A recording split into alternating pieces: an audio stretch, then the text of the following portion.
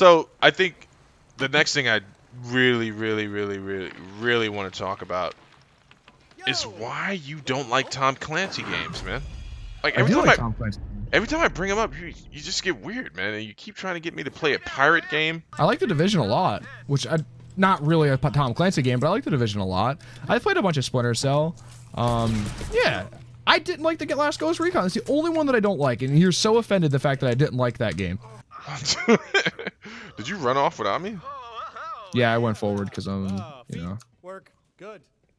here living life. So I know there's a gap in delay when we when we broadcast these, stream them, post them, whatever you want to call it, dude.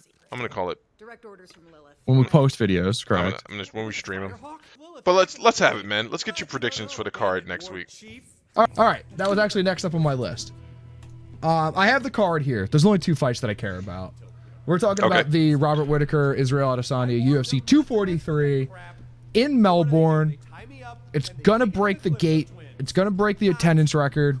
I think it's gonna sell 500,000 pay-per-views, which is a lot in the ESPN Plus era. Right. Do we only want to talk about the main and the co-main? Well, why don't you give us the entire lineup for the main card? When we go prelims, just give us the lineup for the main card. The one that got canceled, Holly Holm, Raquel Pennington. Holly Holm is injured. She tore her hamstring. Jumea versus Diego Lima. Don't know either of them. Diego Lima is you follow Bellator a little bit, right? Right. Douglas Lima, I believe is his name. That's his brother. That's his brother, yes. Right. I knew that, but I've never seen him fight. I like watching Douglas Lima a lot.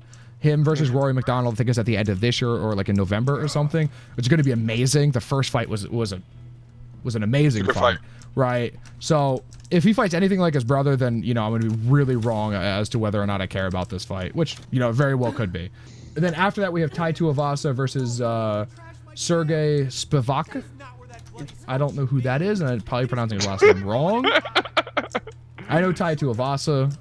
That's the guy that he drinks beer out of people's shoes, right? That guy? Wait, that's an Australian. That's a shoey. It's a thing that they do. Oh, okay. But same guy, right?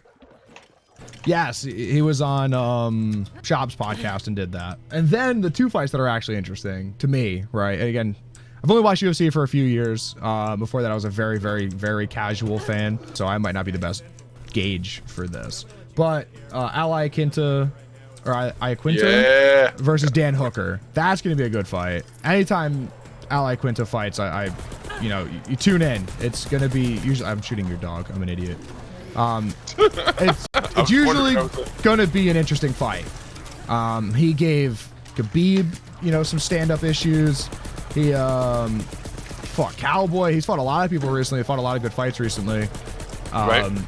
So that's a fight I'm excited for. And then obviously the main event in Robert Whittaker versus Stylebender or Israel Adesanya. Quick fun fact there. Did you know Ali Quinta got a victory handed to him over Masvidal when they fought in the same weight class? Yes, I actually did know that. I've done a little bit of research on Ali Quinta after he fought Khabib.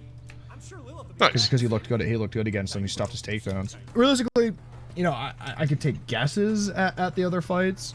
Do you want... You know way more about fighting than I do. Would you like to chime in before I make my... No, go ahead. Give it to me. So I'll take Lima, just because I recognize the name. I'll take... Actually, I'm going to take Sergey in that next fight. I think Tai Tuivasa gets hit way too much at heavyweight. And I think it gets put down pretty easy. Yeah. I will take. Actually, I'm gonna take Dan Hooker over Ali Quinta in a TKO. Really? Yes, because I think Al is coming into this on a high, and I think he's gonna get put down. Oh, you mean coming off a loss and he's just gonna be overzealous? Yes, that, and he has a lot of press around him. He's been in the press a lot. He has a way bigger name than he was. I think it's probably going to be the most pressure he's had. I think even more pressure than the Khabib fight, because he technically wasn't fighting for a title, but Khabib was. It's a big fight for him, because this is going to be a turning point in his career, and I think he loses it. And I think Whittaker beats Adesanya. So in regards to Ali Quinta, I think he outstrikes him. First, your pick. I agree with a lot of your picks. I mean, in regards to like the spirit of them, I think Ali Quinta is gonna outstrike Homeboy for sure. Like everything I've seen. So I'm gonna go Al, but I'm gonna get right to the meat of it, right? I'm extremely worried for Robert Whittaker, and I know I flip flop back and forth on my choices for these fights, but okay. So I'm not a Stylebender fan. You know what I'm saying? I'm not sold on him and the hype. Really? He's an accomplished striker, dude. He's an amazing fighter. He's got, we saw that he's got some slick guard games. He almost caught Calvin. I won't say he almost caught him, but he definitely confused him when he caught him with that triangle for a second. So we know he can work off his back. Right. But there's one thing I'm worried about with Whittaker is not only the layoff and the injuries, but the man is prone to get touched. If you go back and watch some of his earlier fights, if you go back and watch his fight with Stephen Wonderboy Thompson, he has a problem with slick strikers. He does. I mean, the only reason he laced Uriah Hall is because we don't know which Uriah Hall showed up that night. But I'm worried a little bit for Whittaker. I think he's getting a little emotional about this whole New Zealand versus Australia thing and them calling him some type of race traitor. And I'm really pissed that Holly Holmes and Raquel Pennington got canceled. Yes. I mean, me too. My prayers go out to Holly, but it was the first fight she had in the UFC, and it was a controversial decision that she got over Raquel. I actually thought she looked really good. If you're not just a casual fan, you can see that she controlled the octagon and the pace of the fight, and she basically outpointed her. But I think that would have been a good feather in her cap to get back with a knockout to retire, because I don't see her fighting much longer. Because they're not going to let her run it back with Nunez again, you know what I'm saying? And who else is there for her to fight? She's not going to go up to 145 to fight Nunez, So this would have been a good way for her to go off into the sunset. Yeah, I think, obviously, again, way more knowledgeable on this stuff than I am. I think you're 100% right here. Did you see Holly's Instagram video she posted today about what the actual injury was? No. She tore 30% of the ligament that attaches her hamstring to the muscle. She doesn't need surgery, but she needs time to heal. They're gonna rebook the fight. The fight's just gonna get postponed probably 2 months or something. It'll probably be on the December card, I would think. Yeah, so that's what her injury was. That's the one thing she might not have, and I'm not trying to be ageist, but how old is Holly Holmes? Can you Google that real quick? You have the Google bot queued up over there? Okay, Google. How old is Holly Holm? Holly Holm is 37 years old. Wow. Yeah. I didn't know that. And on top of that, we're not just talking about her stint in UFC. You gotta think about the type of mileage from boxing that she's put on her body. Boxing or kickboxing? Boxing. She was a professional boxer and a champion, and she's done some kickboxing, but she was way more known for her accolades in boxing. Okay. I thought of her as a kickboxer. I guess I didn't know that she was a professional boxer beforehand.